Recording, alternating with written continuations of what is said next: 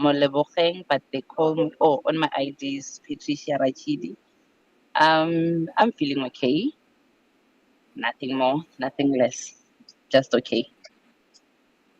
Thank you. Can you give us more than an okay, a proper feeling?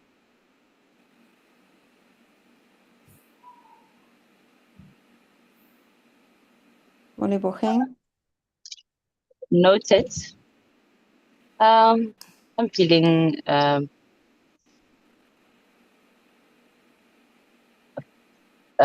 me say fine. Fine. Is it a feeling as well? Find a feeling. Have you been on the calls before? Or is this your first time? This is my second time being on this thing. Were you here last week?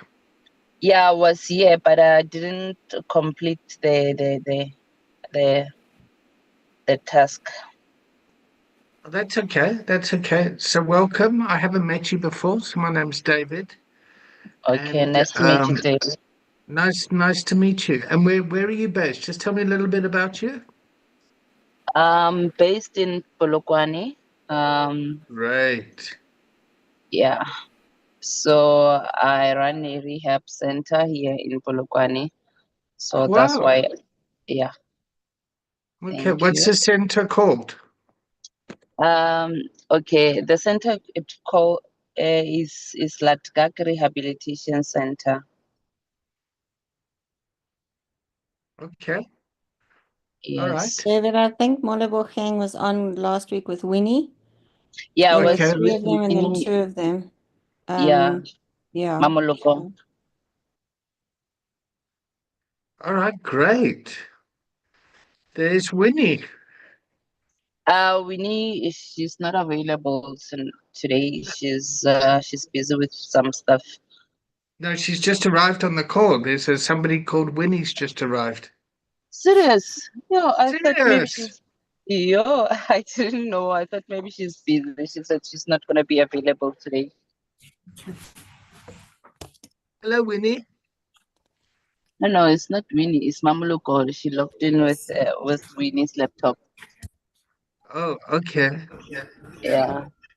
So whose face are we seeing? Oh, my name is Mamuluko. I just logged in with you. Laptop. Oh, good morning. Yes. All right. Good morning. And I've no idea how to spell your name, but I've spelt it like it sounds to me. Malaloka. M-A.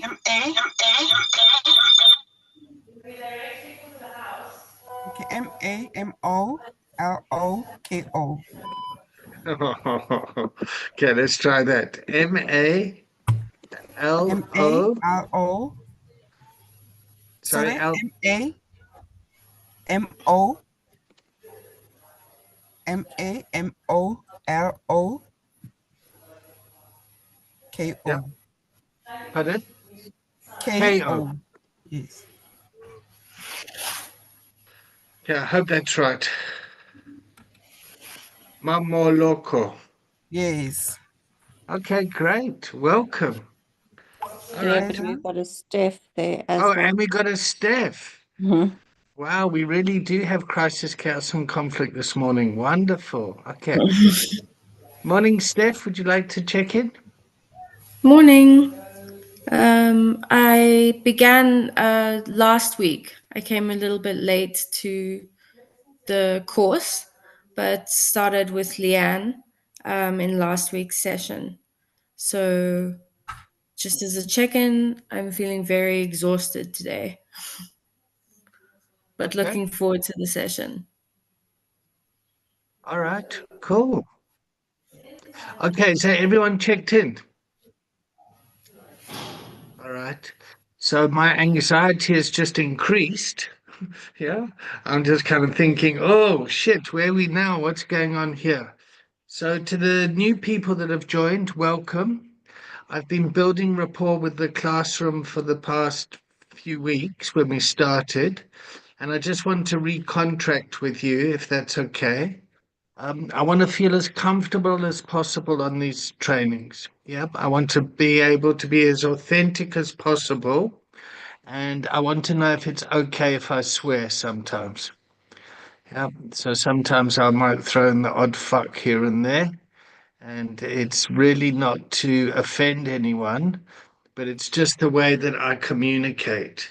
And it's one of the ways that I can kind of express my feelings like, oh, fuck, what's going on? My computer's just crashed, or yeah. So I hope you're okay with that. Judging by that smile on your face, Momo Loco, it feels as if, okay, so there's a bit of a vibe going here. Maybe this will be okay. So that's the first thing I want to say. The second thing I want to say is working with recovery coaching. Yeah.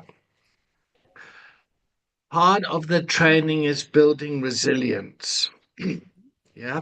There's a process that we're going through. So on the one hand, we learn the theory, then we learn the practice of it, and we go through our own personal process.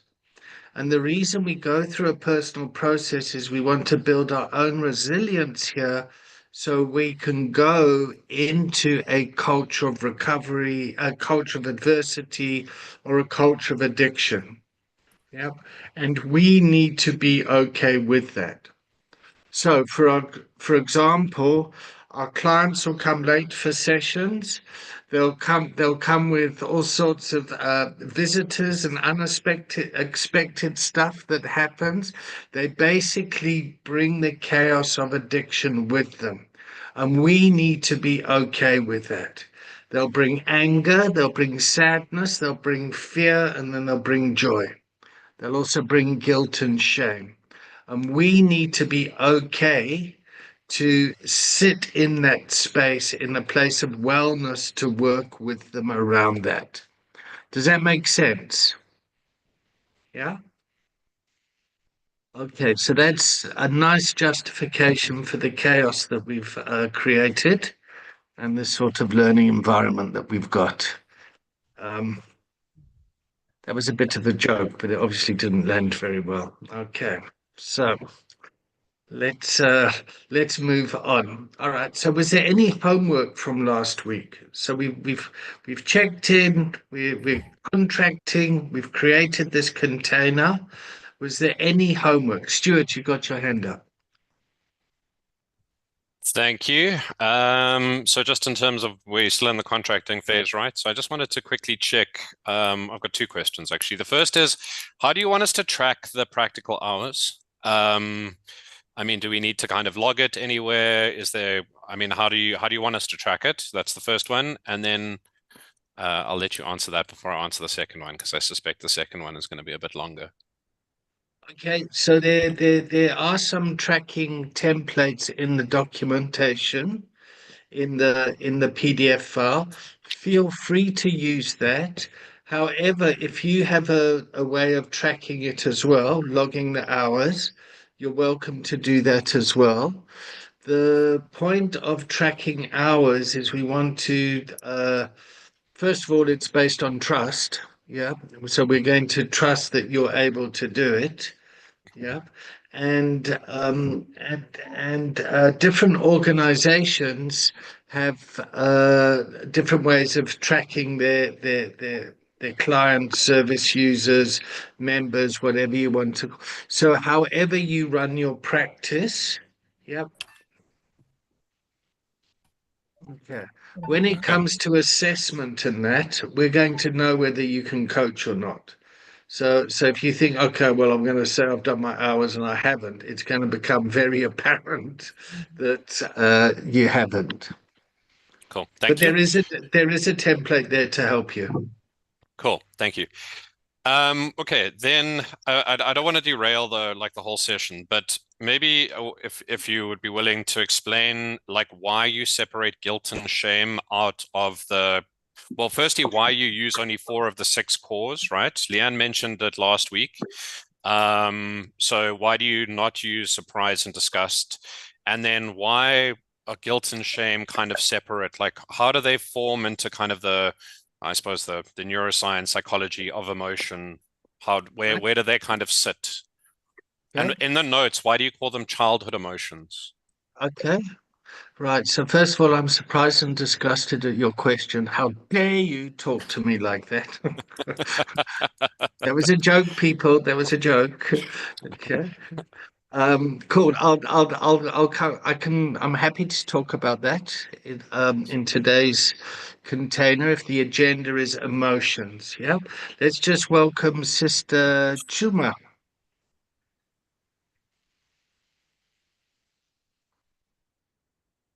Sister Chuma, do you want to check in?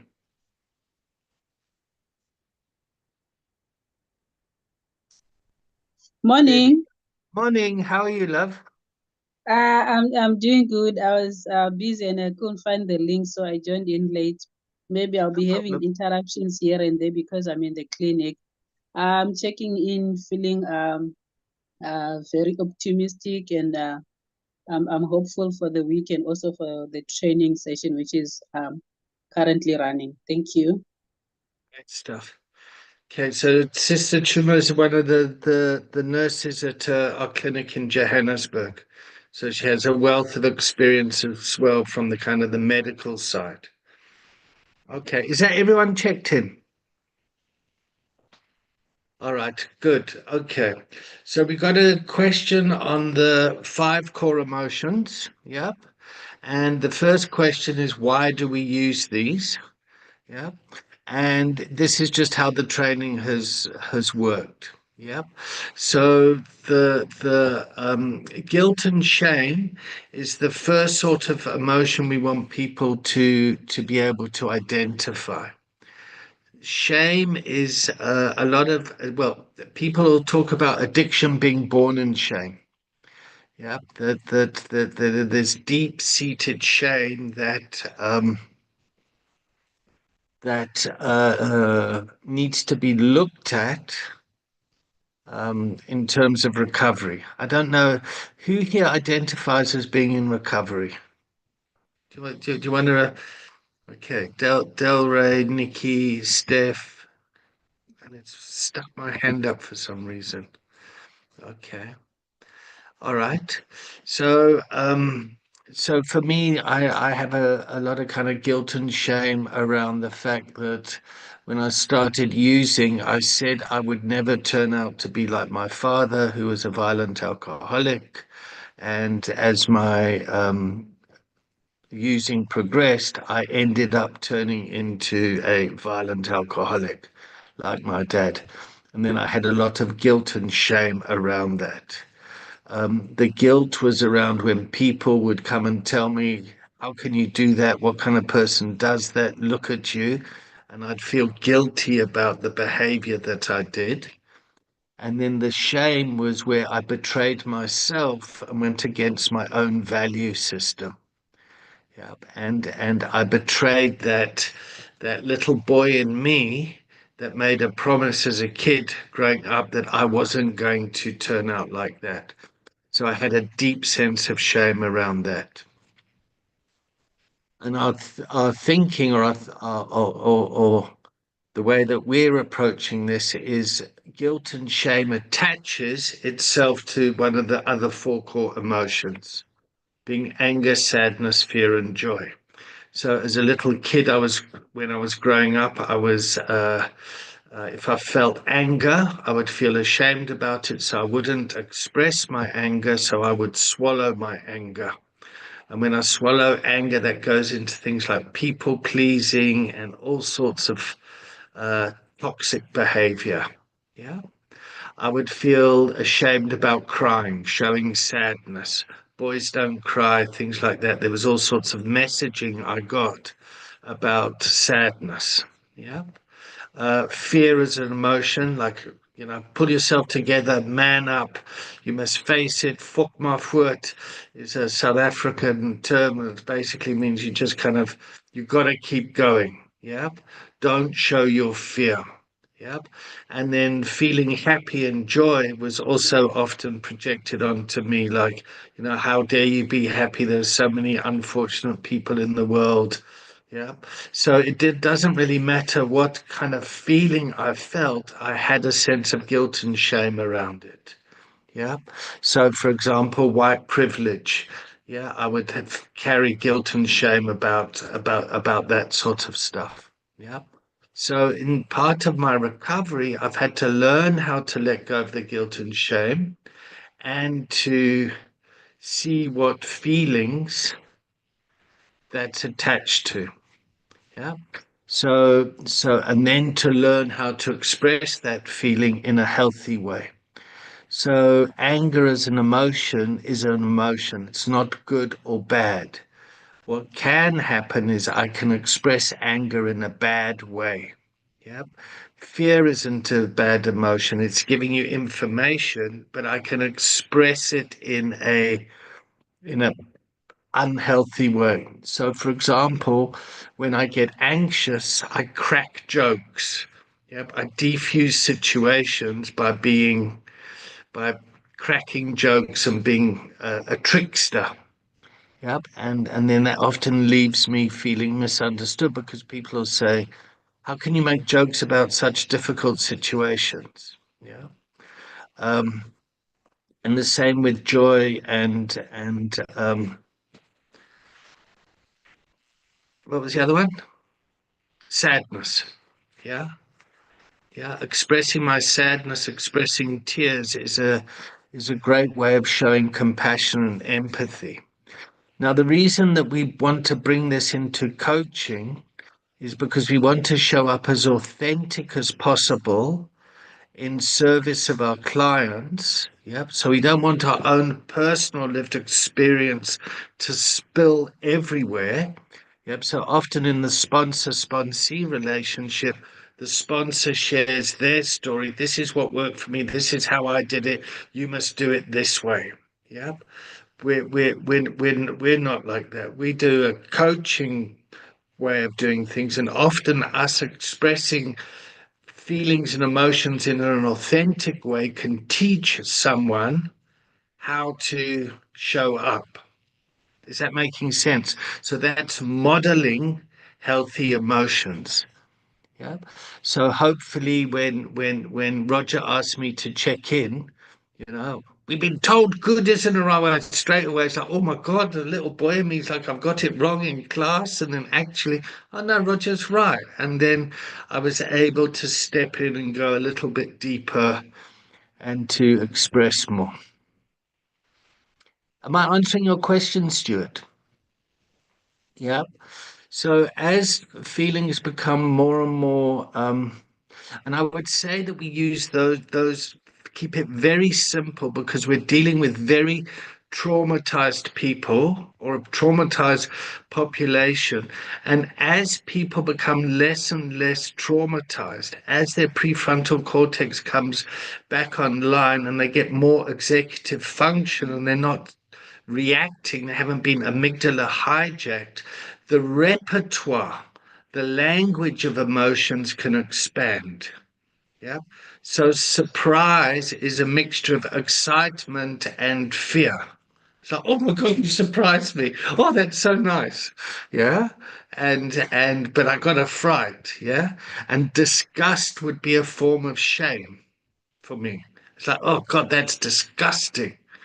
For me, it would be a mixture of kind of anger and shame, like, God, your behavior is disgusting. How can you or maybe guilt. So there's the feeling wheel, and there's all sorts of ways to expand on this stuff. But often our clients are just like trying to fucking stay sober. Yeah. And so really trying to keep it as simple as possible, so that people can start to identify stuff and start to talk about it in a way, and then to get kind of cognitive function, like to be able to start to think about the way that we're thinking. Oh, I'm quite impressed with my answer. Fucking hell. Do my esteemed colleagues concur with me? Which is a fancy way of saying, do you agree? Steph? Yes, I do agree. I had another question to ask though. are we supposed to be building up our hours already? Okay.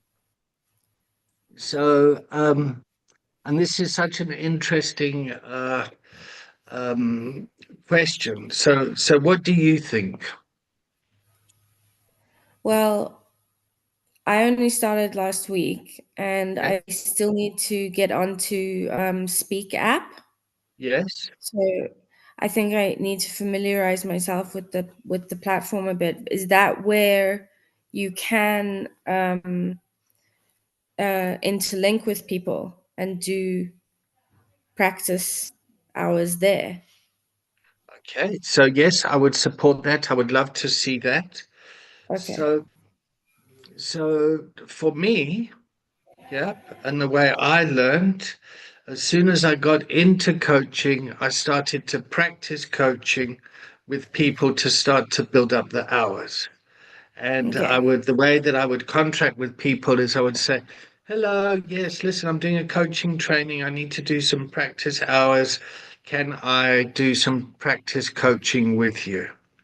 And then to start to learn about that. Other people want to kind of embed the theory um, before they go out and coach.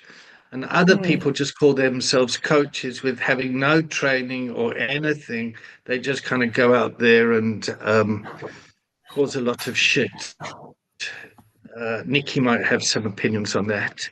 Um, no, okay, you're lying, Nikki. So the coaching industry is essentially unregulated. So anyone can call themselves a coach. What we're trying to do is bring professionalism to the coaching industry, which means that people get paid for showing up in a professional way. And the way that you show up is do you use the coaching framework? Do you show up in the way that you've been taught? So we then map the theory back to the practice of coaching. And this is our style of recovery coaching. Some people would argue that you don't bring feelings into the coaching conversation, Stuart. Some people would say, oh, well, you leave that for psychologists and therapists because they're trained to do that sort of stuff. I would disagree with that because the world is on fire and there's lots and lots and lots and lots of people out there that are really struggling.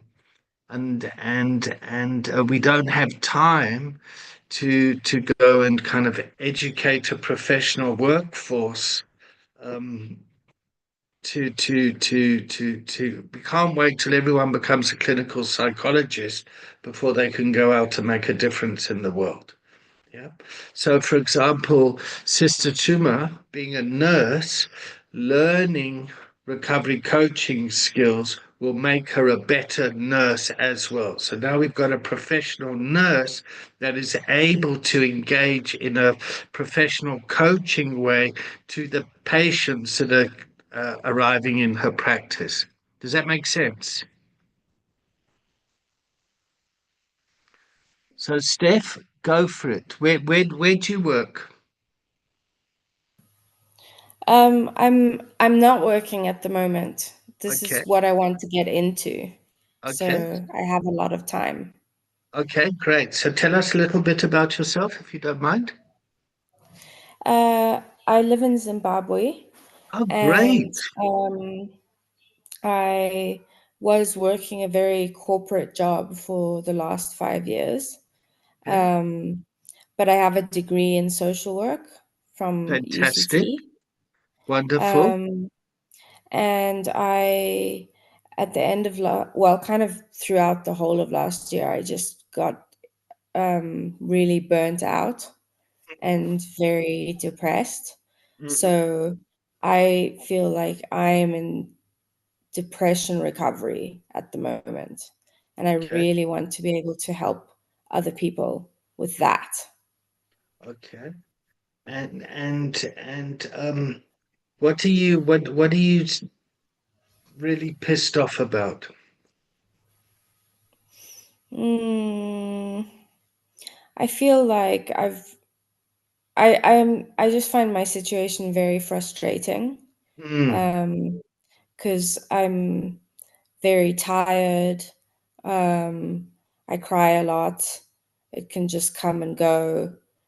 I don't feel like I have a lot of control Okay.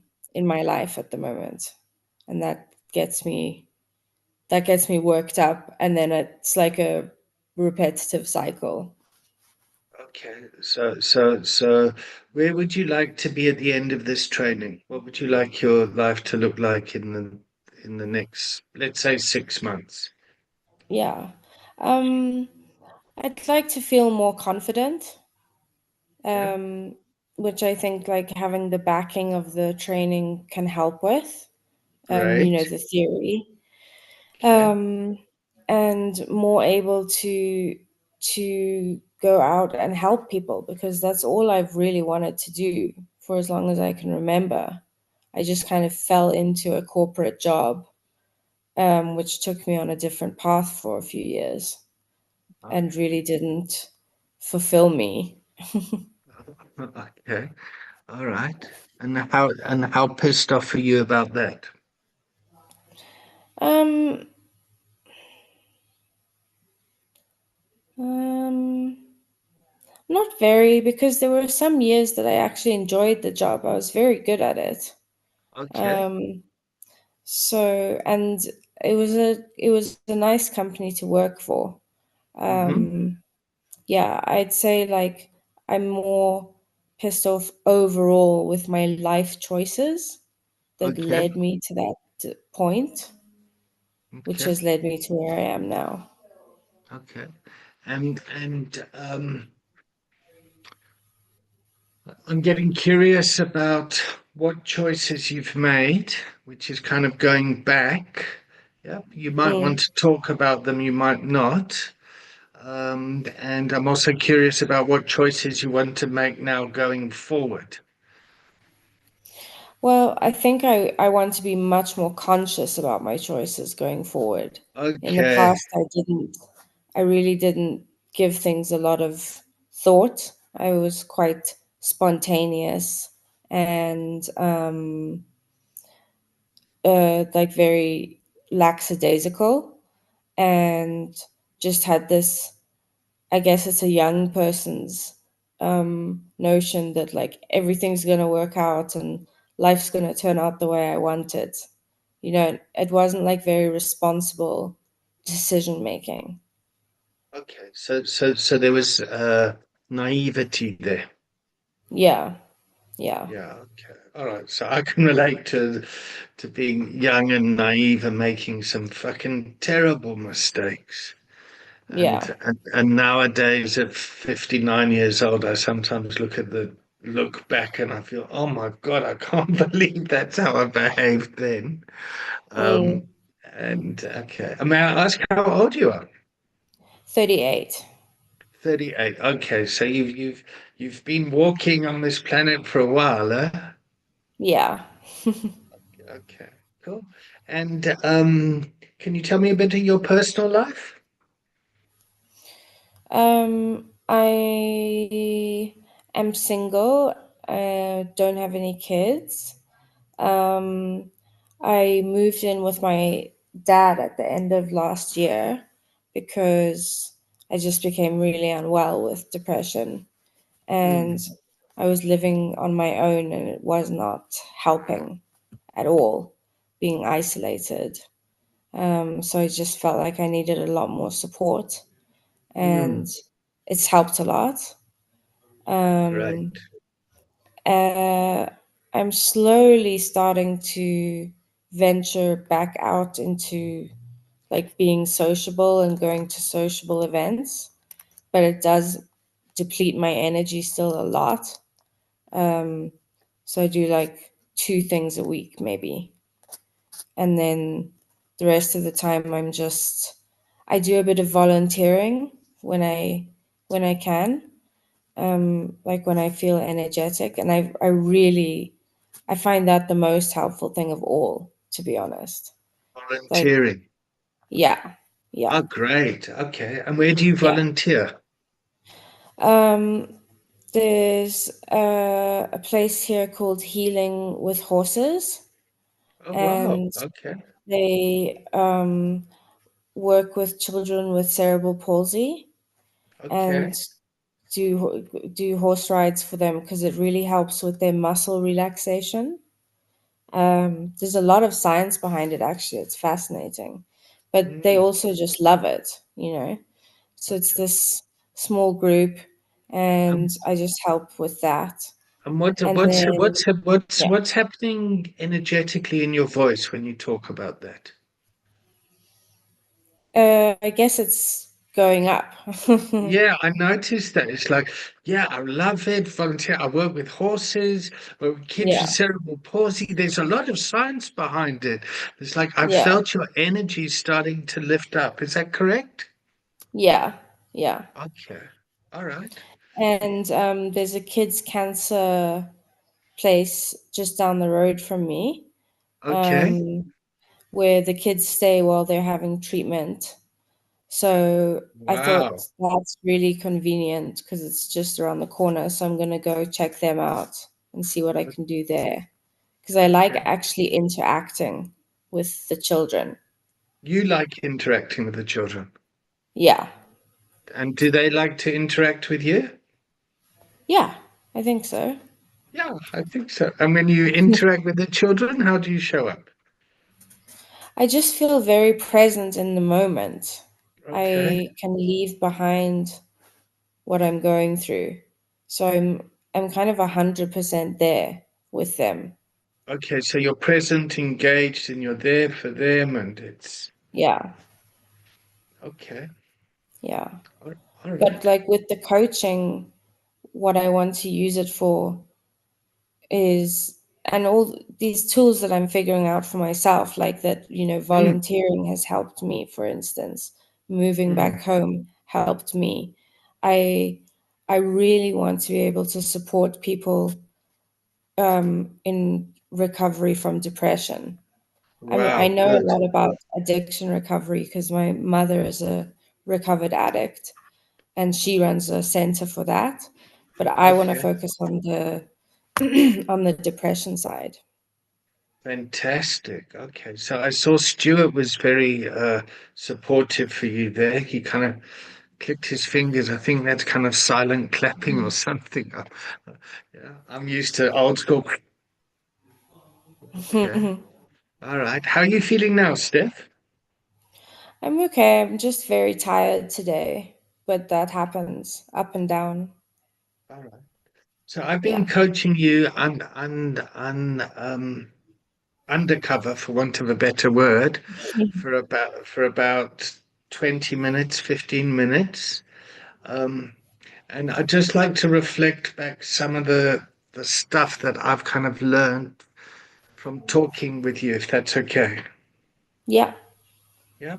All right. So, you've staying at home with your father. You've moved back in. You're 38 years old. You're not married. You don't have children. You're educated at UCT in social work. You went and got a corporate job, which was fulfilling in the beginning, and then you got burnt out and you got a real depression. You used to stay by yourself and you were very isolated, and you've started to recover from depression. You come from a family that has addiction problems, and that you get a lot of kind of value now working uh, with children that have cerebral palsy and using horse equine therapy to assist them in their recovery.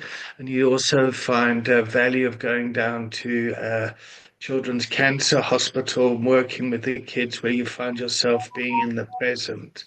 I would assume that something that brings you a lot of value is kind of doing service around this sort of stuff, which is really kind of Yeah. helping you transition into a new career. And you'd really like to know when you're allowed to go out and start coaching. Yeah. Yeah. Is that a Exactly. good Because I, summary? yeah, I was even saying to my mom the other day, like, I don't know when I'm supposed to start feeling ready, because I'm still quite vulnerable. Mm. So I'm just So let's soaking up a lot of let's experience. let's reframe this. Yep. And I'm going to say you're ready, you're already doing it, but let's keep you safe while you're doing it, while you continue this journey. Mhm. I think that I don't think people are being impacted by your depression directly. In fact, if anything, I think the world is benefiting from you starting your own personal recovery journey. And I would encourage you to go out there and start logging these hours right now. You have a professional background in social work, so there's a whole lot of ethical stuff that you're going to kind of understand and know already. And I would be fully supportive of you going out there. My bias would be for you to go out there. I would just be cautious about how we support you and keep you safe as you go out there and do this stuff. Mm. Mhm. Can I ask Sister Chuma what she thinks? So, Sister Chuma, can you talk, being our nurse at the clinic, or not? All right, we'll come. Oh, there we go. What do you think, sister? Um, I think she's actually on the right path of recovery since she has decided to join the coaching training session. I think she's geared up for it. She just need a little push, a little encouragement to lift up her emotions so that even if when she's doing the practicals, she's ready for it and she knows what she is doing. If she's health wise, if she's okay, then that's fine. The depression will, it will cease, and as long as she's into coaching and she's practicing it. So I think she's ready to do it. Sister Chuma, are you willing to support Steph in this? Just to kind of keep an eye as well. Yes, if she's also willing, then I'm up for it. Okay. Steph, are you willing to be supported by Sister Chuma? Yeah, that would be great. Okay, fantastic. Let's fucking rock and roll, people. Oh, thank you very much for that, Steph. Yep. Thank you. Okay. Cool. Thank you, sister. And for me, what it does is it's like we've got some professional support around you while you're going out and doing doing your own recovery by helping other people. Mm. Yeah. For me, it feels safe. What does a container think? What do other people think? How did I do coaching there? What did you get? What did you notice? Let's capture some learnings here. Nikki. Yeah, I really appreciated, the real simplicity behind it, like all of the asking of the questions. And I wrote down, have that person talk to uncover what their values and their goals are, as Steph was talking, yeah, it was like she was pulling the thread, right? And I really connect, like now to go on a personal thing, I don't know if I can interject my own personal, is that okay? Please do. We're trying to build rapport in a learning environment. So I didn't know if I needed, if I could comment on my own reflection, because I really related to a lot of her experience, because I have very often, and for honestly the past 2 years, been asking myself, is it safe enough? Am I safe enough in my recovery to help other people? It's been a really, really, and I still am like, oh, I'm not, am I ready? Am I, stable enough? Is it okay? Like, I guess part of it is like what you would call imposter syndrome, but also just fear. And yeah, I appreciated what you said about, you know, connecting her with the accountability within the container as well, to have that added support. Because I go back and I think of, you know, therapists have therapists, right? Like everyone needs support. But it's, for me, it will become this kind of kick the can situation, like, oh, I'm never ready enough to actually give back, or I'm never ready enough for whatever it is. So I really appreciated that. And, you know, it's just, it's so good to just kind of watch the incognito, or what did you say? The coaching that was like not, you didn't qualify it as coaching, but it was, right? Because it was just allowing her to speak. And yeah, I also related to that because that is how I've been coached in the past. And I've often come to the end of coaching sessions and I'm like, holy shit, you said we could curse, right? Holy shit, like I just came up with that. I just came up with that myself, right? Like the coach wasn't even talking the whole time and I'm just going on. And like, it's so often that you just need that container. And I think just the questions, you know, just the prompts of, asking these questions and like guiding them through where it is, and then you get where you need to go. It's things that I don't realize are already inside of me, right? So yeah. Right. Thank you, Nikki. Stuart?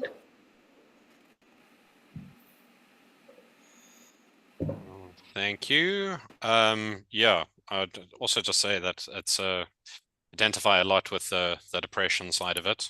And something that fascinates me is how closely the behaviors and the neurology or the neurophysiology kind of like they work so similarly in depression and addiction. But also on the kind of the when you're ready, something kind of occurred to me a couple of weeks ago, like of just how big this responsibility is. Like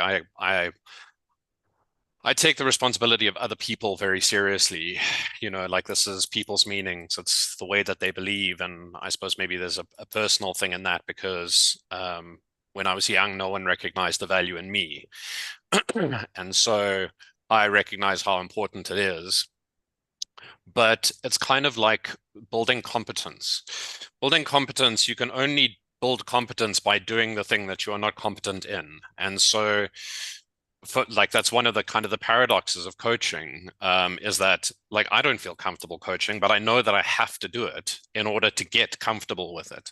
And that's why I've been asking the questions around, you know, the hours and all of that, because I know that I have to do it in order to kind of to get there, to pull me out of my depression and my drug use and all of the rest of it. It's yeah, provides a sense of purpose for me. Yeah, so thanks for sharing, Steph and Nikki. Thanks, Stuart. Anyone else want to add? Delray. Okay, can I speak? Yes, sister. Okay. There's something that I picked up during the 10 to 15 minutes that we're talking to Steph. So I picked up that during your coaching session, you had very big ears and a small mouth, meaning that your listening skills were so great. You allowed the patient or the client to talk and express yourself as much as possible so that you can pick the little pieces of important information that you need during your coaching. So that is what I noted. It's a great skill that we as coaches need to have or need to learn to have. Thank you. Thank you, sister. And just for role clarity, people here are students. Yep. So remember, this is a student class. Yeah, we're not working with patients. This isn't group therapy. However, you might find it therapeutic. Does that make sense? Yes, it does make sense. Very Cool. good. It does make sense. Okay. Okay. Does anyone I else just wanted want to to? say something there. Yeah, there you go, Ricky. Yeah, I Go just ahead. wanted to add when you were actually coaching Steph, I noticed that you drove her to express the way she feels about the therapy, and she enjoys it. So basically, she started talking about the way she does things, and it excited her. Okay. And that was actually very good. I actually noticed that as well. And she had so much passion about when she was speaking about it. And So that yeah, came through in the voice, huh? yeah, You could feel yeah, the tone of her voice, and yeah, yep. So that's level 2 listening. yeah, Yeah. yeah. It did, yeah. And I would say that the volunteer work that she is doing is actually very therapeutic towards her, and she enjoys that, and she should just keep it up. So Once again. yeah, as a coach, there's a kind of a reasoning, a supporting of someone's choices. Like, okay, so that choice makes sense to me. Yeah. Yeah. Mhm. We're being, Yeah. as opposed to saying, you need to do this. You must make this choice. Yeah. This choice would be good for you. Yeah. Yeah. Powell, you're muted. Yes, I have a question. I Yeah. have noticed that during the coaching session, you did not mention any of your own experience, so you didn't use word I.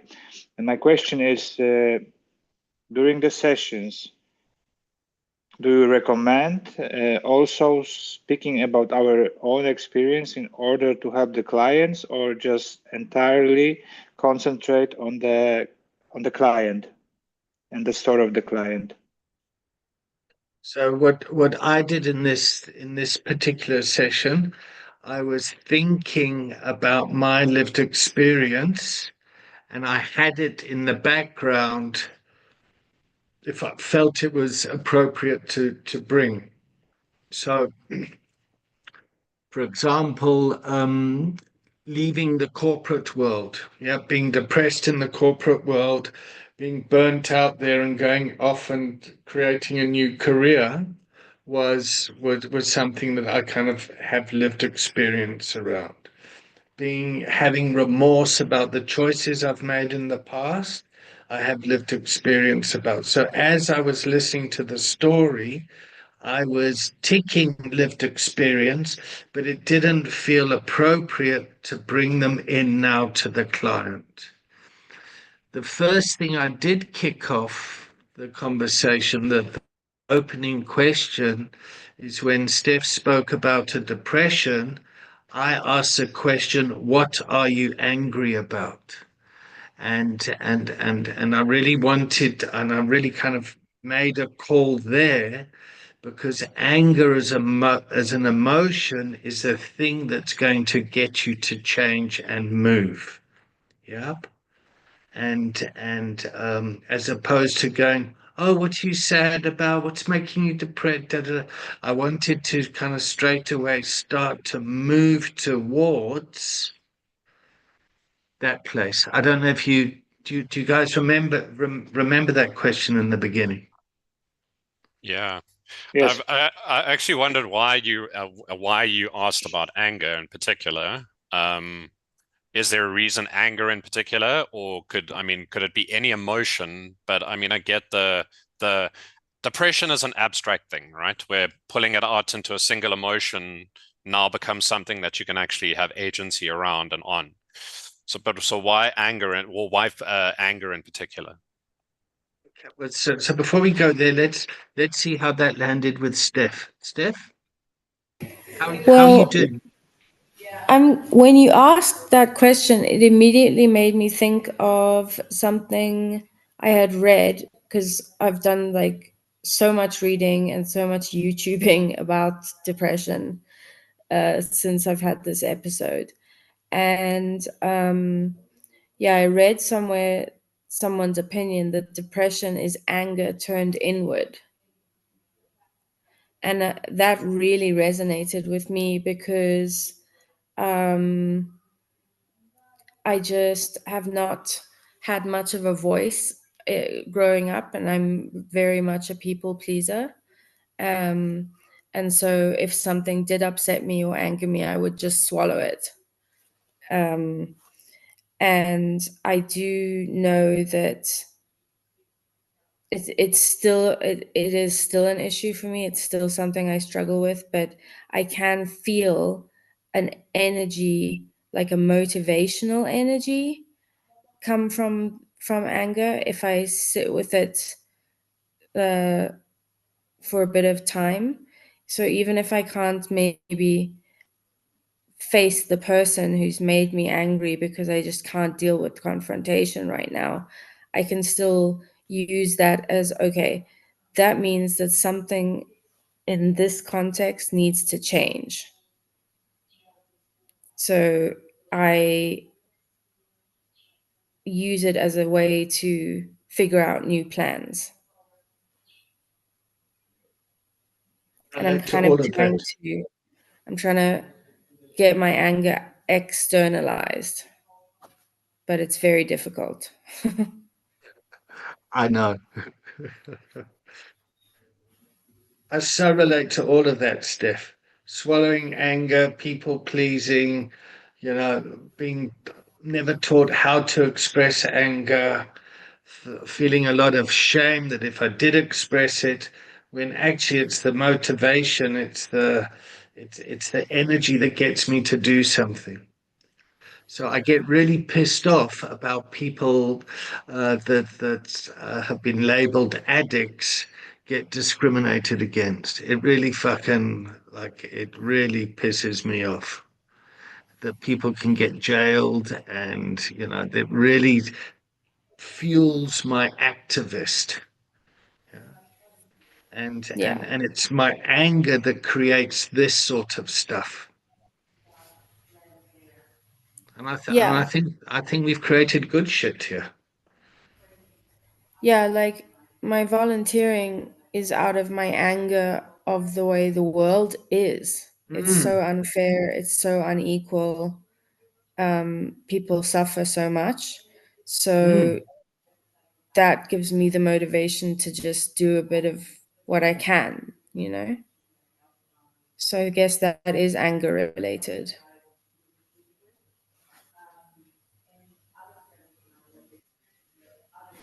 Do we take a 5-minute break? Yeah. Does anyone want to say anything before we go for the break? Cool. All right. I'll see you at 7 minutes past, wherever you are.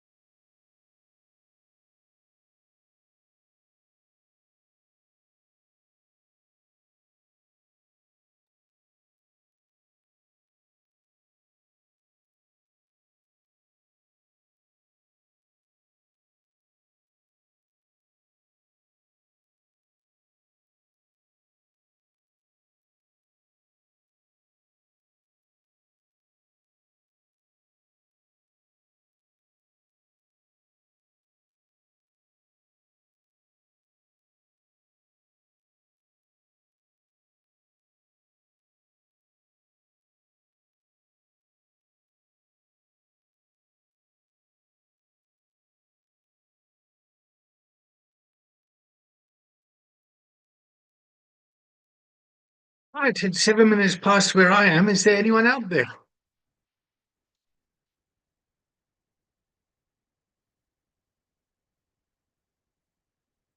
Steph, right. Steph, whereabouts in Zim are you? In Harare. Okay, cool. How long have Yeah. you been back there? I've lived here most of my life. I had a brief 2 years in the West Indies when I was a child. My dad had a contract there. And then I went to UCT for uni. And then I went to England for 7 years. Okay, But whereabouts in I England? returned Brighton. Brighton, okay. Yeah, yeah. And then I returned to Zimbabwe when there was the coup and a change of leadership. Oh, yes. Yeah, so I decided to come back and be part of the new quote How's that unquote going? Zimbabwe. It's the same. It's the same Zimbabwe. Okay. But I like being close to my family. Oh, that's nice. Okay. So 7 years in Brighton. Okay. Yeah, And how that long was have you quite been back in something. Zim now? Was that when Um, Mugabe died? Yeah, no, before he died, he was ousted. So that was in 2018. That's when I Okay. came back. Yeah. Okay. Oh. So, yeah, you must see what we're doing in Uganda and Zambia as well if you're interested. Okay. Yeah, we just opened a school in Uganda, and then we're doing something with Zambia University in collegiate recovery and helping students with mental health while they're going through university and using Yeah, I think that's coaching around really that.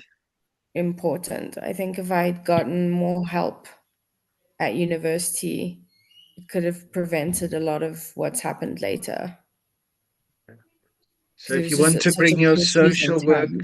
if you want to bring your social work skills in a volunteer sort of way, please let's chat. Okay.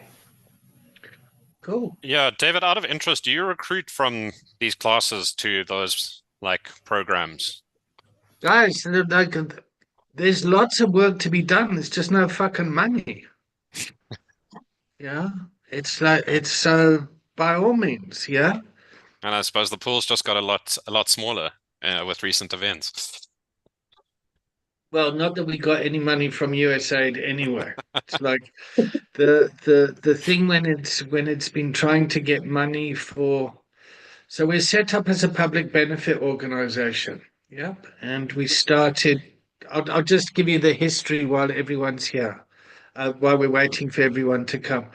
But JP Morgan came to me in 2005 and said, David, we know you're doing good work. We don't know what you're doing, but as part of our CSI, corporate social investing, yeah, we need to be seen to doing good. Here's 100,000 Rand. You need to set up a Section 18A trust. And then I thought, wow, 100,000 Rand, great. What we can do with that is we could train 5 people. I mean, we could treat 5 people at the rehab, and at best, you get 60% success rate. Let's much rather train people. Let's train 20 people at 5,000 Rand, yep, to go out into their communities to go and build what we're doing at the clinic in their community. So let's try and spread this work out. Of that 100,000 Rand, KPMG took 70,000 Rand in setting up the paperwork for this trust, and it took 3 years to put together. Once the trust was together, we were able to receive tax-deductible donations from corporate. It's like a 501c in the States, yeah? And then when you go to corporates and you say, listen, we're really doing good work here, will you donate to us? There's always some reason why we don't donate to mental health. We would never give money to drug addicts. Why would we do that? You know, it's not good for our brand, part of our policy. So out of all the funding that's given towards mental health or things like, basically all out of the big funding pot, only 3% of that would go to kind of mental health and addiction problems. So you end up then chasing 3% of a charitable donation, and then it's just like, oh, fuck it, nobody's going to give us money. Let's find ways of doing this ourselves. Yeah, which isn't a very good business model commercially. But I do think we do pretty well in what we've put together and the quality of the education that we're giving. And the world now is waking up to the importance of this. And now every Tom, Dick, and Harry out there is calling themselves a coach.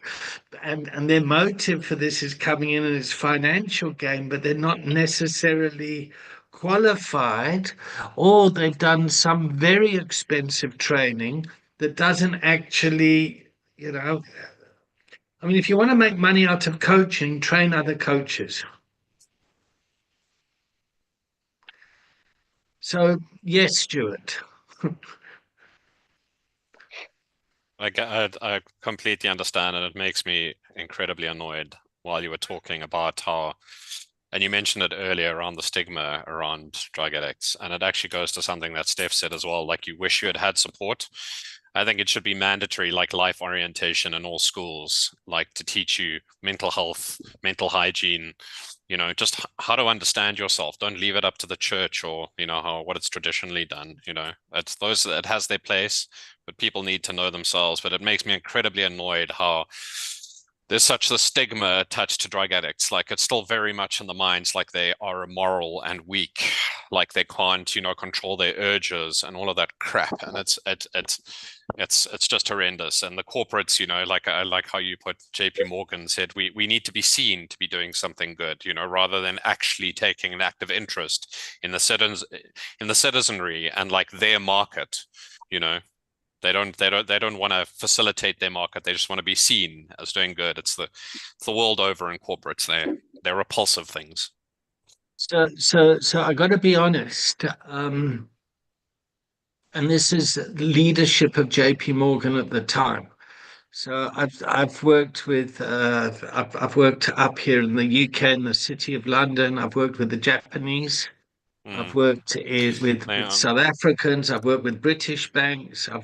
I've had quite and to be quite honest, JP Morgan Johannesburg, they were one organization that really tried to integrate the values that they stick on their wall into their behavior.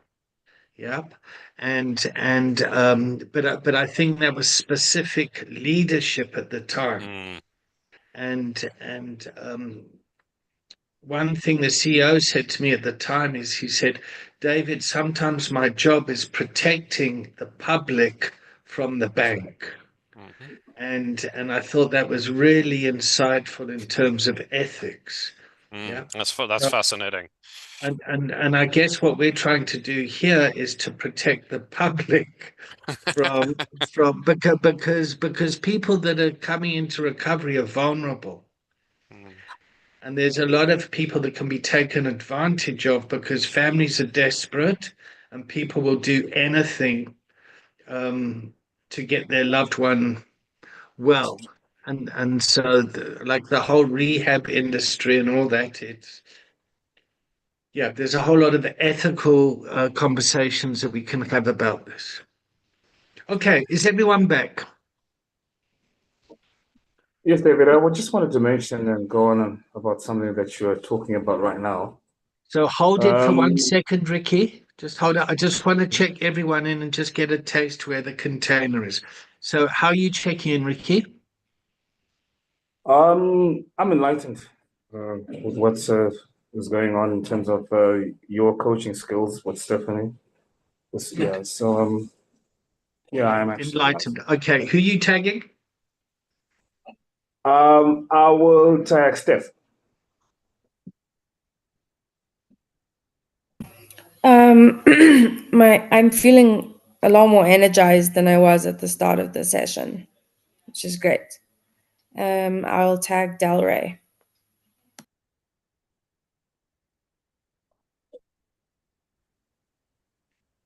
Ray, you there?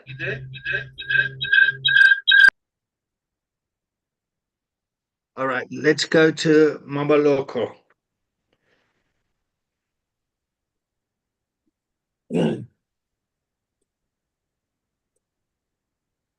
Okay, let's not go to Mamaloko.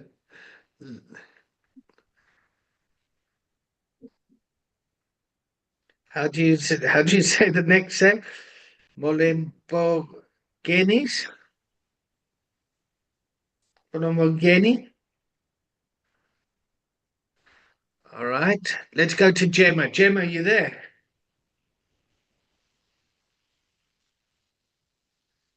Hi, where's everyone? All right, Sister Chuma, let's go to you. You're muted. You're muted. You're still Welcome back muted. from 5 minutes break. There we go. I'm checking in enlightened and I'm enjoying the session. Cool. Nicole? I'm taking Nicole.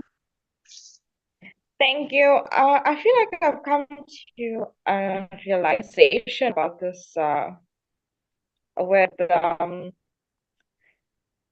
Steffi, what Steffi was saying, your conversation with Steffi.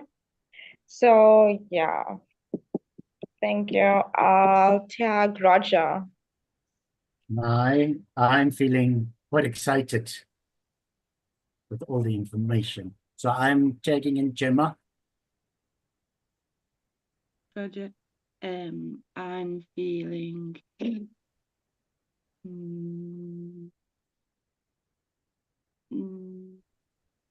yeah, excited.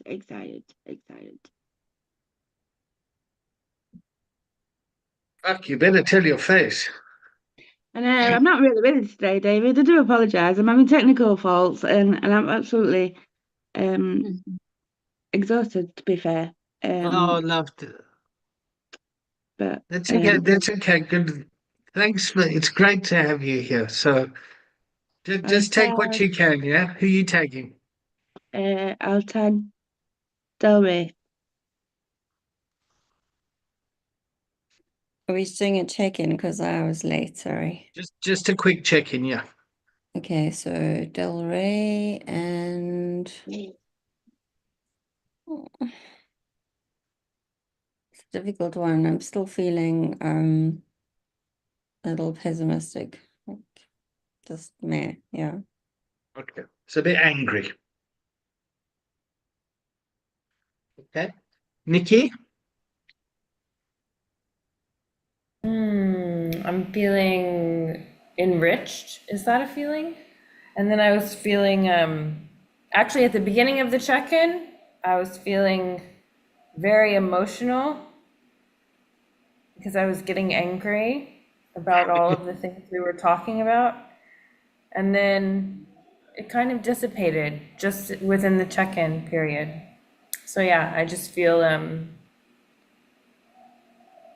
grateful to be here and hopeful. And I feel like I'm full of like, now I think the anger actually and the emotion turned into like excitement and like energy. Yeah. Fast. Right. Okay, Pavel?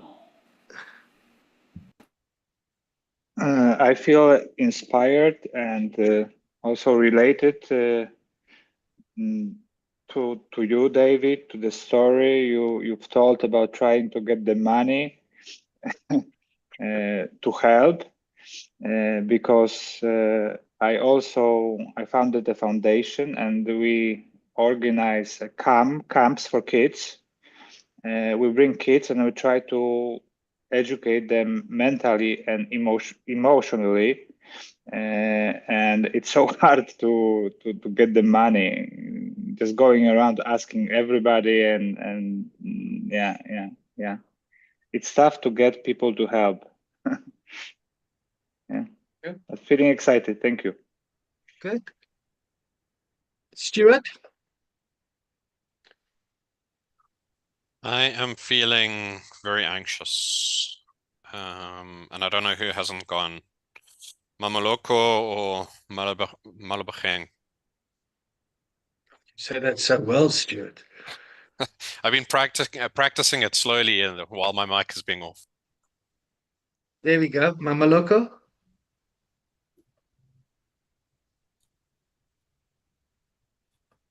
We can't hear you.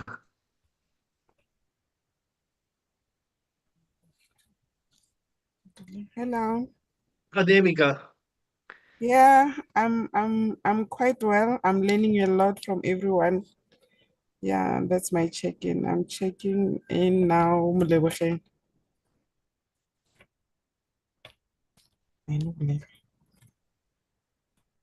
Oh, thank you. Roger, did you go? Yes, I did. Okay. How'd you say it again, Stuart? Mololem Geni. Start with Lebocheng. Molebecheng. Start with Lebocheng and then more Lebocheng. Molebecheng. Okay. There we go.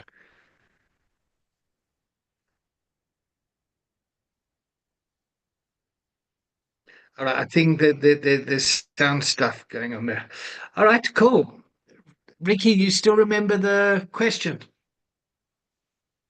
I actually wanted to share something with you, David, and the rest of the container. It's a story to where I want to take my vision to.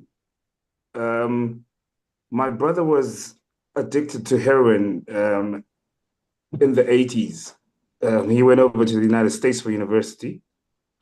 And what he then did is it was an all-white university, and he then decided to switch universities and go to a black university. And he took his tuition and transferred it over to an account. And he ended up being involved in drugs. So it got so bad that when he moved over to Washington, D.C., he was homeless. And he was sitting in the park, and there was a church opposite the park, which was the African Methodist Episcopal Church, which my grandmother used to go.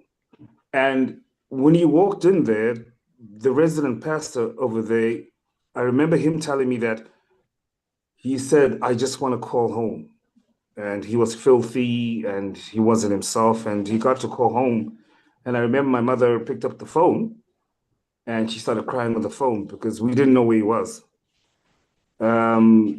He then cleaned him up, and we took him over to the house. And then finally, he brought him home to Africa in 1992.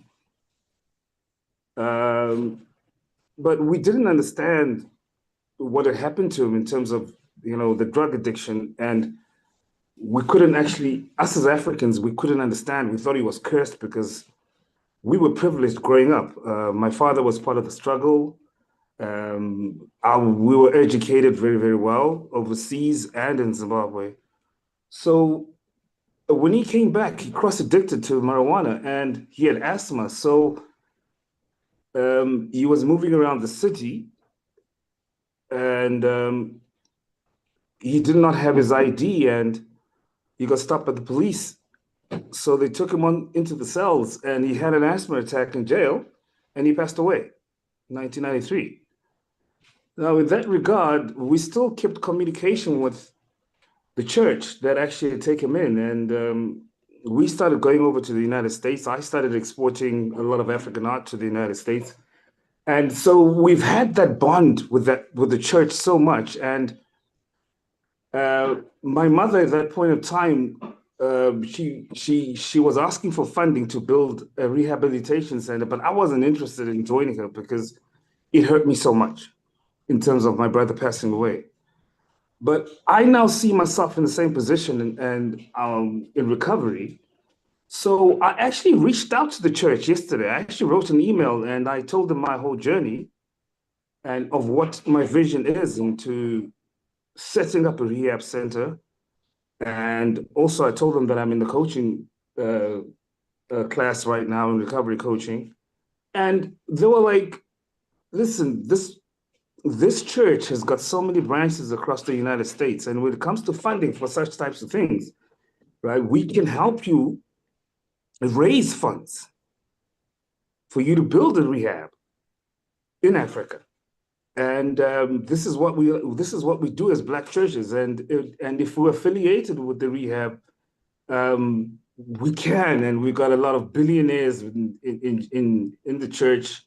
And yes, and some of them own big companies, and some of them are part of corporate, as well as Stuart said. So this is one thing that we can actually discuss, guys. And after my course, I'll be taking a trip over to the United States to the headquarters and sitting down with them and with my vision. And I've picked up a couple of things that you said. KPMG will do your structure, your proposal, and everything. What it would cost and in terms of building and everything. So we're going to discuss more, but it just brought me back in terms of what's been happening this week to me, in terms of me reaching out also to what had happened in my life, in terms of my brother passing with the disease. So I really thank you, Stuart, for you bringing it up, and also Dave. And I will be talking to both of you to see we can find common ground in raising funds. I know I can raise the funds through the Black churches in America. I can. That I can do. So yeah, that's my story. That's what I wanted to share with you. Thank you. So Ricky? Yes. How big is the pain inside of you around your brother? You know what? I was holding it in. I've never shared the story even when I was in rehab. I never shared the story. I just shared my life story. And right now, I can openly talk about it because I can relate to the disease. And also, I am going to give back to recovery what is done for me. And I really wish that we knew at that age that my brother was suffering from it and he needed help. He could have been alive right now. And yeah, my mother had the same vision. She passed on as well. And my dad still has that vision. And when I talked to him yesterday about it, and he was like, my son, this is the biggest thing. And I could please continue with the coaching class. And I know that you've got the contacts and when it comes to funding, but firstly, learn more about the disease, learn more about mental health, and you're on the right path in terms of helping others. My sense is the pain inside of you is huge. When I sit and look at you and we can go there now. I can just, when you tell the story, what gets activated for me is huge sadness, huge compassion. Yeah, your story really touched me. Yeah, I wish I was that old at that point in time. I mean, in 1989 when he left, I was only 14 years old. What was your brother's name? My brother's name was Brian. Brian. He was the firstborn in my family. Yeah, he was the first one. We're a family of 3 boys, so I'm the secondborn, and I got my little brother. Yeah, his name is Leonard. So we were 3, now we're 2. Just the 2 of us left. And if Brian was here now, what would he say to you? If Brian was here right now, he'll be very proud of me. He'll be very, very proud of me. I want to cry. Fuck. You would have been very, very proud of me because we had a special bond. I mean, I can David, feel it. I can hear it. The rest of the container. What I wanted to say to you is, Zimbabwe only got the independence in 1980. And yeah, and my dad was a businessman at that point of time in the 70s. And he was the first Black person to go to an all-white school in 1981. So imagine the abuse he went through and the culture that he picked up. And it goes to me as well. I mean, it's the same thing. I grew up with white people. Sorry to say this, but that's it. And white culture. And that's what I know. And we were rejected. There's a lot of us that were rejected because we had this opportunity and they thought that we're sellouts, in short. Okay. All right. Now, in that regard, he's going to America and he's thinking that he's got to be accepted in the white community and he's rejected. So I kind of like feel his feeling when he was over there, because I still feel it right now. I mean, in my own country, Zimbabwe, they're like, oh no, they call us funny names that, you eat salad with white people, so you never grew up poor and things like that. But it's not my fault. It's not my fault. I mean, listen, I had the opportunity when I was young. So I want to give back, guys, and yeah, and I strongly feel that I can do it, and I am going to do it, and I have a passion for it. I mean, I've given up business because I used to run my father's businesses, and it's not. I don't have that. I don't have that passion anymore for his business. I don't have it, and Ricky, look at Sister Chuma's face. What do you see when you see Sister Chuma's face there? Oh no, I didn't have everybody there because I tilted my phone. Sorry, guys. Have a look at her face. Find her. Can you find her? Okay, let me try and find her. Keep smiling, sister.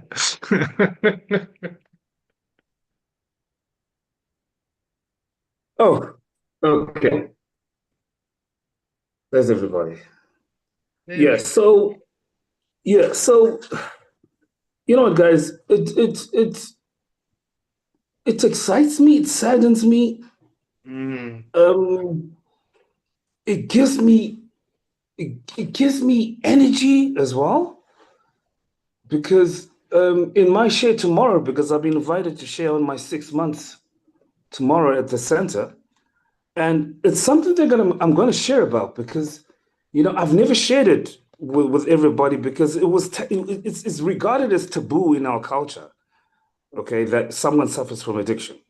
I mean, they can't understand the disease. They think there's some tokoloshi or voodoo, whatever it is, that has gone into your house, and with things like that, I need to educate my fellow people in Zimbabwe. I need to educate, my people surrounding me as well, that it's a disease that does not segregate.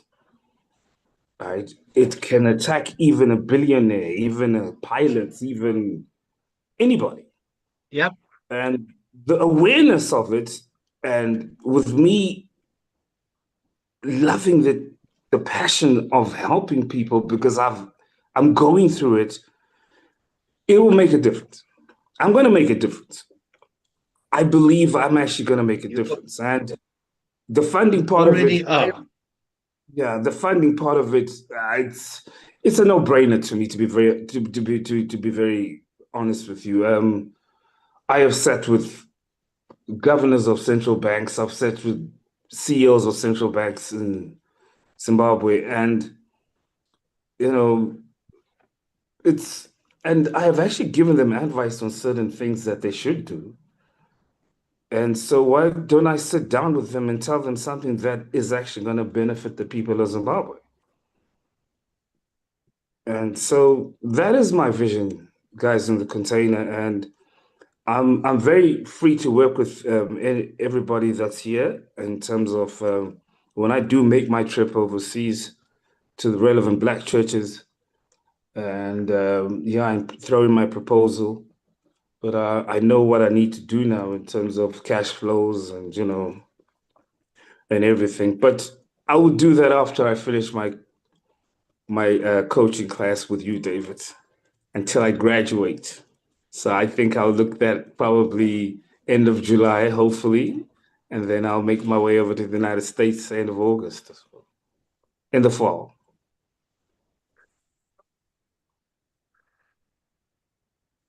Stuart, you had your hand up. I wanted to ask Ricky why you decided not to share it. And you mentioned it in the context of your life story. So why didn't you mention your brother and his death in the context of your life story? Stuart, my life story is long. The things I have been through, and I was only given an hour to share. And if I was to share with you guys my life story right now, the 2 hours won't even be enough. They won't even be enough in terms of the things I've gone through, the things I have done. And to where I am right now, I would love to share with you guys probably the next time that we're on this platform, and then you get to understand who I am and where I've come from and where I'm going. And from there, you'll be able to see the change that has actually happened and the change that is coming my direction. Okay. Thank you, Stuart. Right, so let's whip around the room quickly and just find out what we've learned today. Is this the third class? The third official class? Yes. Yeah, I think the first one was orientation, wasn't it? Or is this the fourth class? Okay. All right. All right, so just in terms of the training, yep, so it's 5 modules, yep. The conversation, the continuum, the system, the 4Q model, and creating the container. Each module is 4 lessons. So we should have done the conversation now. Yeah. So you guys should understand the coaching framework. Check-in, contract, build the container, agenda, questions, open questions, closed questions, listening levels 1, 2, and 3, listening for needs, values, and purpose, forward the action and deepen the learning and accountability. Yeah. So get familiar with that for next week. Yep. Go through the content. You should start to be towards the end of Module 1 on the journeys on the platform. Yeah. Okay. So that's kind of the academic classroom structure. Yeah. All right. In terms of practice, how are you guys connecting with each other and practicing the coaching stuff? Like Gemma, I know you volunteer at Project 6, yes? Yep, so you're doing this every single day. You're already well into that. Yeah. I've also got my own. Yep. Nikki, you're very much involved in recovery communities as well, aren't you? Nikki, you're very much, yeah. So wherever you are, go out and to start to practice this sort of stuff. Yep. There's a rehab down in Polokwane, yes? Start to just think about the coaching. Yep. If you've got kids, practice listening to your kids. You know? Don't coach family members. They'll know you're coaching them. My kids turn around to me and go, Dad, stop fucking coaching me. Oh, okay, sorry. Just so cool. All right. So I'm going to ask Del. Oh yes, Nicole. David, I just wanted to ask something. I did mention earlier, I came to a realization. So I just wanted to ask you, right? You mentioned earlier that many people in the container has mentioned that they have like emotions like anger, and you said that you used your anger to basically do this. So basically what I'm trying to figure out is, or the conclusion I've come to is, anger, fear, sadness, such emotions, if you suppress it, it causes you to lead into depression. I would support that theory, yes. Right.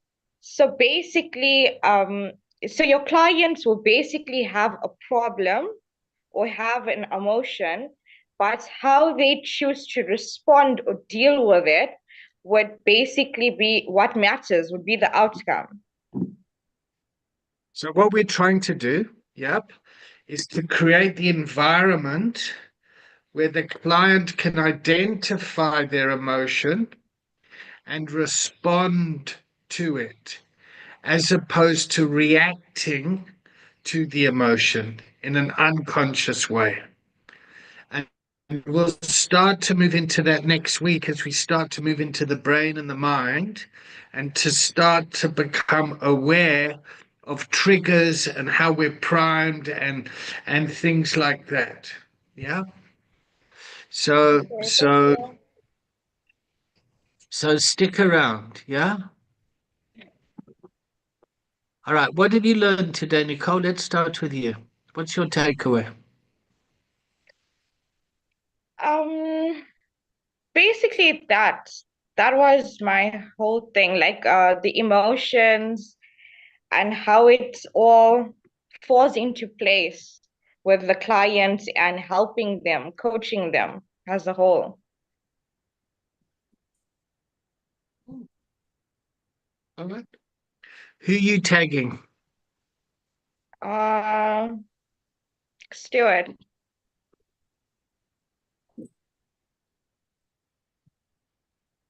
What am I answering? What have I learned today? Yeah. We're just capturing learnings now, and then we'll do a very quick one-word checkout. Lots, but I think probably the most important is kind of the. Oops, sorry, my cat's just trying to jump off the table and slipped.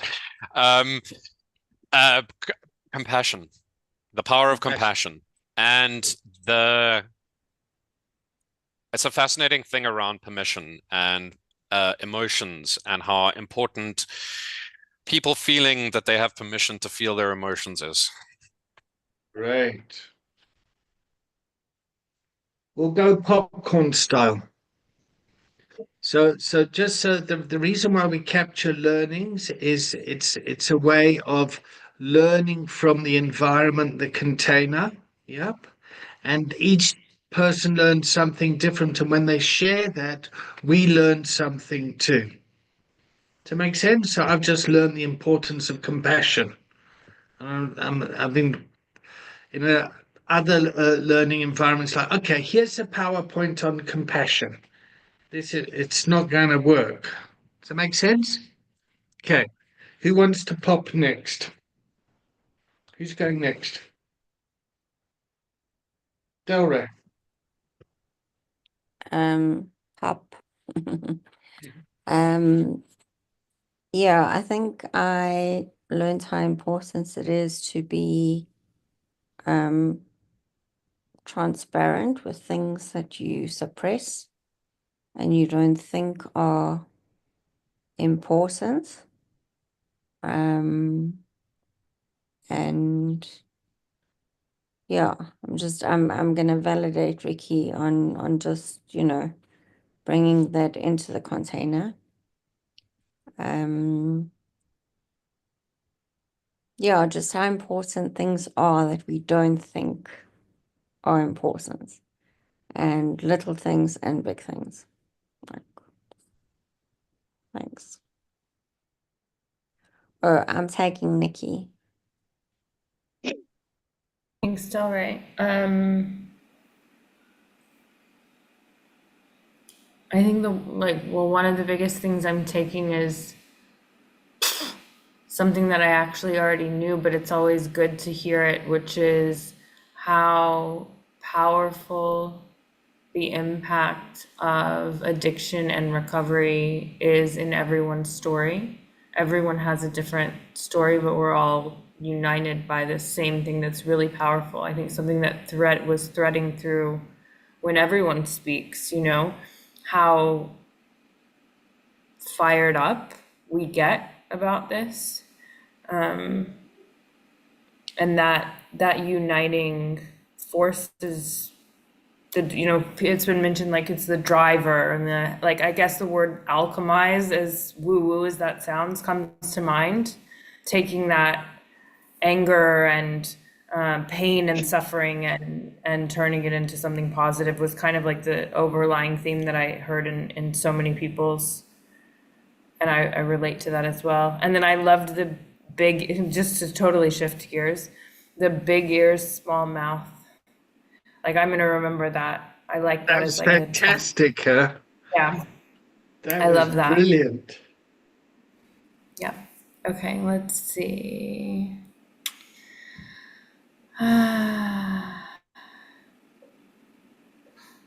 So it's Sister popping. Chajanti? Am I Okay. supposed to pop, or are they popping? No, it's fine. Let's start tagging again. Sister Chuma? Thanks, David. Well, thank What I'm Mickey. taking. Oh, thank you, Nikki, for taking me. What I'm taking out from today's session, importance of identifying one's emotions.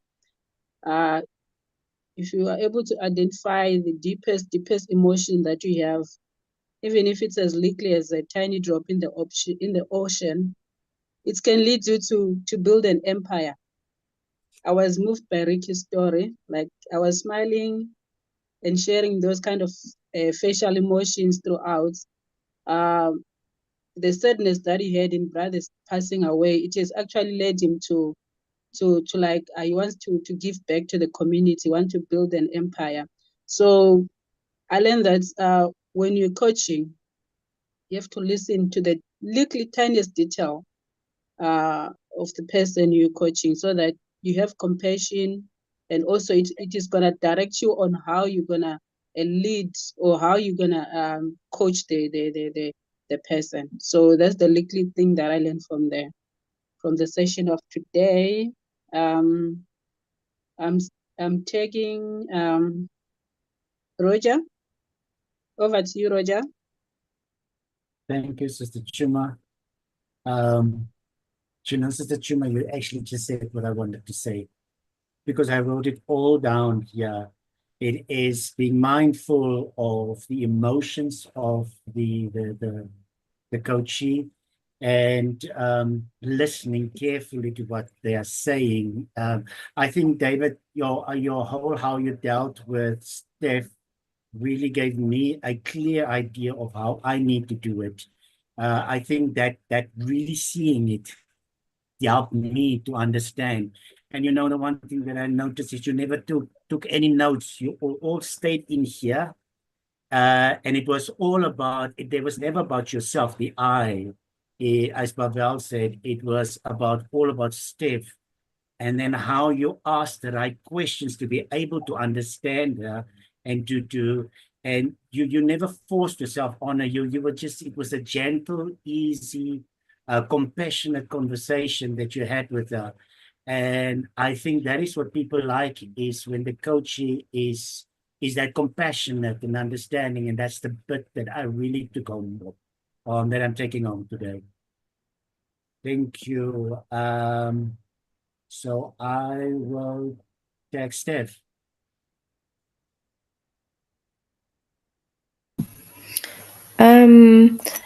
One of the things that I noticed, I feel like David was very intuitive in the coaching. And so I think that comes from having quite a clear mind, and I guess knowing the theory behind coaching as well, but also to follow your intuition, because some of the questions that he asked were very bang on for where I'm at. And I feel that that comes from your own your intuition speaking through you. So I want to try and develop that.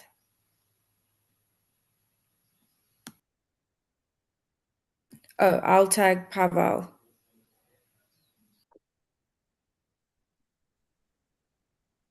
So I learned more about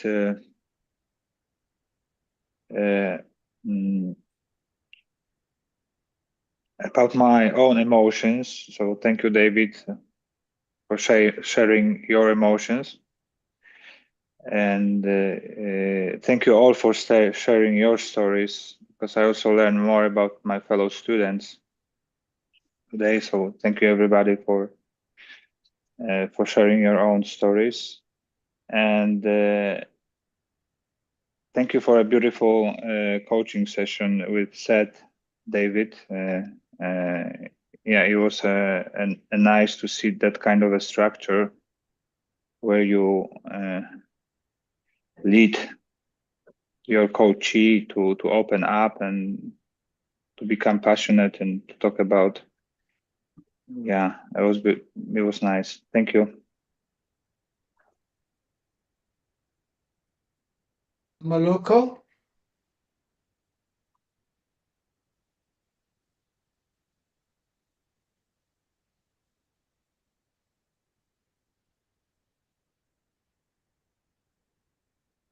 Leboheng?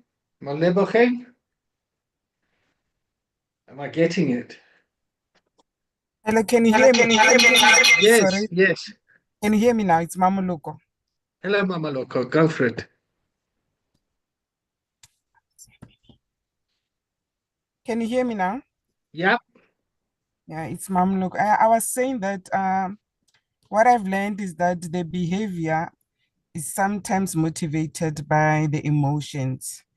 Tapping into Ricky's story that he shared, I've realized that now his interest of opening a rehab was motivated by the emotions. Was also motivated by the emotions that he had.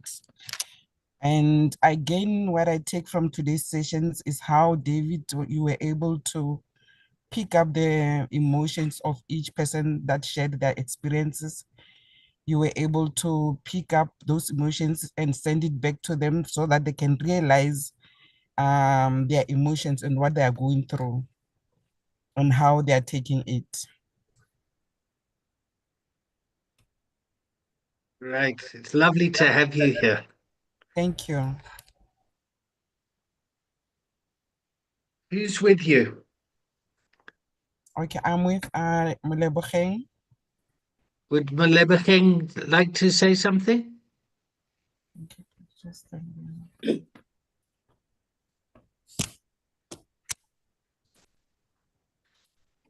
Hello, everyone. Hello. Okay, I was touched by Ricky's story as well. It made me realize that in fact the whole world has a drug issue that we need to come, all of us, we need to come all together and come with a solution based on that. And I'm also I want to give him some few advices about opening a rehab. So if he's willing to talk, we can chat somewhere. Thank you. That's all I have Just to send say. me your number. Just send me your number. We'll chat later. Okay. And you don't really need like to have those big sponsors to open a rehab or get a big funding, but I'll talk to you just now, so I'll give you a way how to open it. And I also have some of my clients, they're from Zimbabwe. Okay. Okay, no problem. Okay. I'll leave my number on the chats. Thanks. Okay, no. All right. Please use the platform to communicate if you can. And the reason why we're doing that is we've building a hospital here, a virtual hospital. And so the trust has three things. It trains people, it empowers individuals so they can go out and improve treatment outcomes. And this platform is really being built to help with the regulation of the professionalization, bringing multidisciplinary teams together, and to kind of it's a complex world out there. Yeah. And Ricky, what I wanted to say to you is that there's a lot to be said when people kind of say that it's a white man illness. Yeah.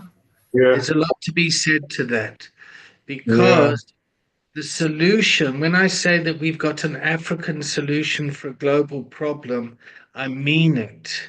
The spirit of Ubuntu and community is really the thing that's going to support people in recovery. People can go to treatment, but they go back to the environment that caused the problem in the first place. So we need a spirit of community to be developed to support ongoing recovery. This siloed kind of Western thinking that has been manifested because of the war on drugs has caused a whole lot of shit. And it really is where's he gone? Oh, we've been cut off. But it really is an African solution of community, which is what the world needs. Does that make sense? Yeah, there's a very interesting perspective by a guy called Matt Buck. I follow him on Instagram, and his kind of perspective is addiction is really it's a disease of isolation. It's a disease of aloneness. Whatever's driving it, ultimately, sometimes it is aloneness or whatever. But and I think that's very powerful in the context of what you've said, which is all about community support, community development, understanding yourself in the context of community. It's it's fascinating. Oh. All right, everyone, are we all good to check out? So all at the same time, a one-word checkout. So all get ready to unmute. Sister Chima, did you want to say something? Oh, no. No. Okay. So on the count of three, everyone, Nikki, you're falling asleep there. You look bored. No, is that my face? I have like a resting, what face. No, I'm not bored. Okay. All right. So on the count of three, everyone check out. 1, 2, 3. Joy. Grateful. Relieved. Content. Anxiety. All right, everyone. See you online. Lots of love. Bye. See you in 2 weeks' time.